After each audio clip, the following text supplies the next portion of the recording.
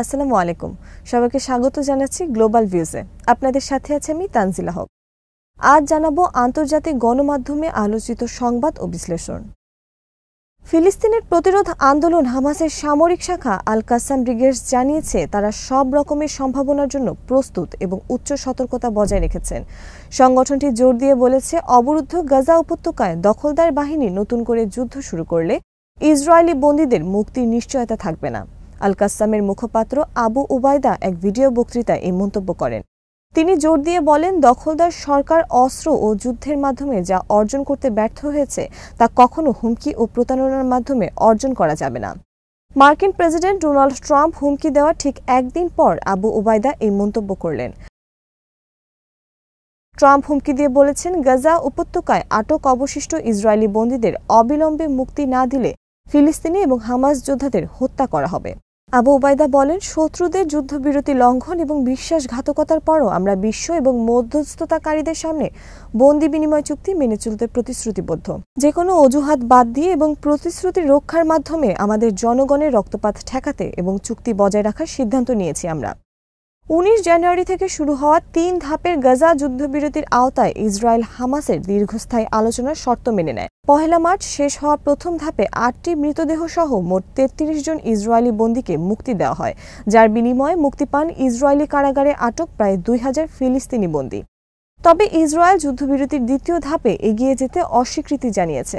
দ্বিতীয় ধাপে যুদ্ধের স্থায়ী অবসান, গাজা থেকে দখলদার সেনাদের সম্পূর্ণ প্রত্যাহার এবং সব বন্দীকে মুক্তি দেওয়ার কথা বলা হয়েছে। ইয়েমেনের হুথি আনসার আল্লাহ নেতা আব্দুল মালিক আল হুথি হুঁশিয়ারি উচ্চারণ করে বলেছেন, আগামী 4 দিনের মধ্যে গাজায় মানবিক ত্রাণের বহর প্রবেশের অনুমতি না দিলে লোহিত সাগরে ইসরায়েল বিরোধী সামরিক অভিযান আবার শুরু করা হবে। গত 1 মার্চ গাজা যুদ্ধবিরতির 42 দিন ব্যাপী প্রথম ধাপের মেয়াদ শেষ হয়, কিন্তু দ্বিতীয় ধাপের ব্যাপারে প্রাথমিক সমঝোতায় যা বলা হয়েছিল তা উল্টে দিয়ে ইসরায়েল নতুন নতুন দাবি উত্থাপন করায় তা মেনে নেয়নি হামাস। ফলে যুদ্ধবিরতির দ্বিতীয় ধাপ এখনও শুরু করা যায়নি। কিন্তু তেল আবিব তার আবদার মেনে নিতে হামাসকে বাধ্য করার জন্য গাজা উপত্যকায় মানবিক ত্রাণবাহী ট্রাকের প্রবেশ সম্পূর্ণ বন্ধ করে দিয়েছে। এ অবস্থায় আব্দুল মালিক আল হুথি শুক্রবার রাতে টেলিভিশনে সম্প্রচারিত এক ভাষণে তেল আবিবকে হুঁশিয়ারি দিয়ে বলেন, 4 দিনের মধ্যে গাজার প্রবেশ পথগুলো খুলে না দিলে লোহিত সাগর দিয়ে ইসরায়েলের কোনো জাহাজ চলতে দেওয়া হবে না। তিনি বলেন, গাজায় ত্রাণবাহী ট্রাকের প্রবেশ বন্ধ করে দেওয়ার মাধ্যমে এই উপত্যকায় আবার দুর্ভিক্ষ ফিরিয়ে আনার প্রচেষ্টা ইয়েমেনে চেয়ে দেখবে না। হুথি নেতা বলেন, ইসরায়েল যুদ্ধবিরতিতে দেওয়া প্রতিশ্রুতি বাস্তবায়নে মারাত্মক গড়িমসি করছে। তিনি বলেন, গাজাবাসীর খাবার আটকে দেওয়ার পাশাপাশি আহত ফিলিস্তিনিদের উন্নত চিকিৎসার জন্য গাজার বাইরে যেতেও বাধা দিচ্ছে তেল আবিব, যা গভীর উদ্বেগ সৃষ্টি করেছে। হুথি নেতা আরও বলেন, ইসরায়েল আবার গাজায় দুর্ভিক্ষ সৃষ্টি করে জাতিগত শুদ্ধি অভিযান বাস্তবায়ন করতে চায়, যা কোনো অবস্থায় সহ্য করা যাবে না। গাজায় মানবিক সহায়তার উপর আরোপ করা অবরোধ প্রত্যাহারে আনসার আল্লাহ ইসরায়েলকে 4 দিনের যে আলটিমেটাম দিয়েছে তাকে স্বাগত জানিয়েছে হামাস। এক বিবৃতিতে গাজার এই শাসক দল ফিলিস্তিনি জনগণের প্রতি আনসার আল্লাহ এবং ইয়েমেনি জনগণের দীর্ঘদিনের সমর্থনের প্রশংসা করে বলেন, এই সাহসী সিদ্ধান্ত ফিলিস্তিনের সঙ্গে ভ্রাতৃপ্রতিম ইয়েমেনি জনগণের গভীর বন্ধনকে প্রতিফলিত করে। বিবৃতিতে গাজা উপত্যকায় গত 15 মাস ধরে চলা গণহত্যার বিরুদ্ধে আনসার আল্লাহ এবং সাধারণ ইয়েমেনিদের অবিচল অবস্থানের কথা স্মরণ করা হয়। বিবৃতিতে মানবিক সহায়তায় ইসরায়েলি বাধা এবং ক্রসিং বন্ধ রাখার বিরুদ্ধে অবিলম্বে পদক্ষেপ নেওয়ার জন্য আন্তর্জাতিক সম্প্রদায়, বিশেষ করে আরব ও ইসলামী দেশগুলোর প্রতি আহ্বান জানানো হয়। ইরানের পররাষ্ট্রমন্ত্রী আব্বাস আরাকচি ফিলিস্তিনিদের অধিকার নিশ্চিত করতে দ্বিরাষ্ট্রভিত্তিক সমাধানকে প্রত্যাখ্যান করে বলেছেন, যে কোনো পরিস্থিতিতে ফিলিস্তিনিদের স্বার্থে ইরানের অটল সমর্থন অব্যাহত থাকবে। শুক্রবার সৌদি আরবের জেদ্দায় আয়োজিত ইসলামী সহযোগিতা সংস্থা বা ওআইসির পররাষ্ট্রমন্ত্রীদের বিশেষ বৈঠকে আরাকচি ফিলিস্তিনিদের প্রতি ইরানের সমর্থনকে ইস্পাত কঠিন বলে উল্লেখ করেন। তিনি বলেন, আমাদের ফিলিস্তিনের পাশে থাকার অঙ্গীকার কোনো অবস্থাতেই ম্লান হবে না। ইরানি পররাষ্ট্রমন্ত্রী দ্বিরাষ্ট্রভিত্তিক সমাধানের ধারণা প্রত্যাখ্যান করে বলেন, একটি গণতান্ত্রিক রাষ্ট্রই কেবল এই সমস্যার সমাধান করতে পারে। দ্বিরাষ্ট্রভিত্তিক সমাধানের প্রতি কিছু ভ্রাতৃপ্রতিম দেশের ইতিবাচক দৃষ্টিভঙ্গির প্রতি যথাযথ সম্মান দেখিয়ে আরাকচি বলেন, এই সমাধানের মাধ্যমে ফিলিস্তিনি জনগণের অধিকার আদায় হবে না। তিনি ফিলিস্তিনের সব আদিবাসীর প্রতিনিধিত্বকারী একক গণতান্ত্রিক রাষ্ট্রের পক্ষে ইরানের জোরালো অবস্থান তুলে ধরেন।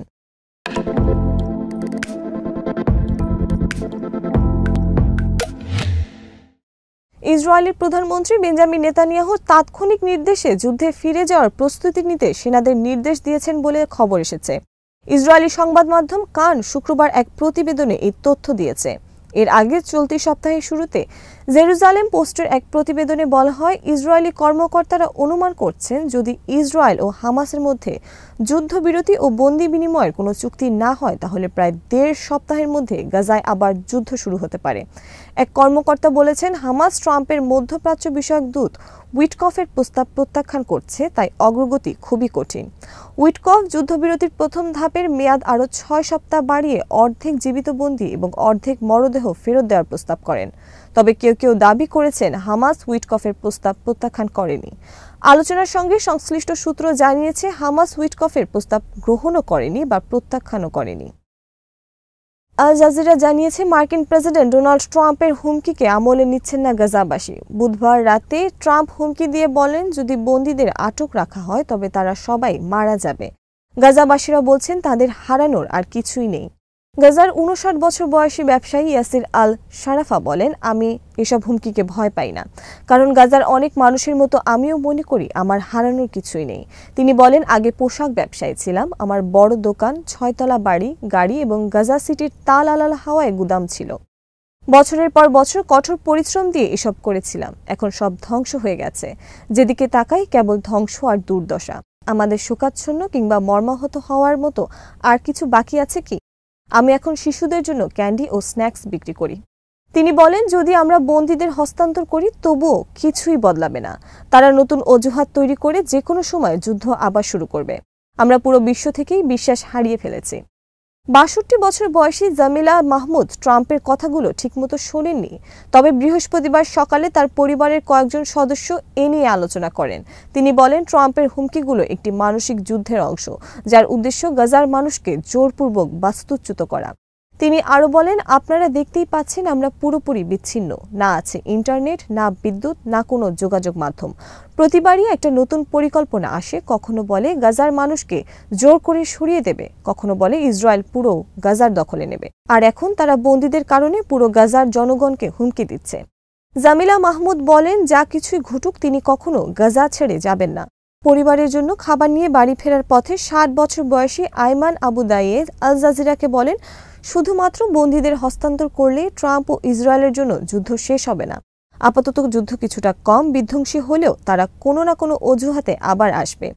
তিনি আক্ষেপ করে বলেন, আমাদের পাশে কেউ নেই। আমাদের বিষয়ে আরব দেশগুলো তেমন সরব না, ইউরোপের দেশগুলোও নীরব। ইসরায়েলের কঠোর বিধিনিষেধের মধ্যেও পূর্ব জেরুজালেমের আল আকসা মসজিদে রমজানের প্রথম জুমা আদায় করেছেন প্রায় ৯০,০০০ ফিলিস্তিনি। শুক্রবার তুর্কি বার্তা সংস্থা আনাদোলুকে এই তথ্য জানান জেরুজালেমের ইসলামিক ওয়াকফের মহাপরিচালক শেখ আজম আল খতিব। তিনি বলেন, আজ প্রায় ৯০,০০০ মুসল্লি আল আকসায় জুমার নামাজ আদায় করেছেন। ইসরায়েলি পুলিশ এদিন মসজিদ প্রাঙ্গণ এবং জেরুজালেমের ওল্ড সিটিতে ব্যাপক উপস্থিতি বজায় রাখে এবং ফিলিস্তিনি মুসল্লিদের প্রবেশে কড়া বিধিনিষেধ আরোপ করে। এর আগে বৃহস্পতিবার ইসরায়েলি পুলিশ ঘোষণা করে পূর্ব জেরুজালেম জুড়ে ৩,০০০ অফিসার মোতায়েন থাকবে।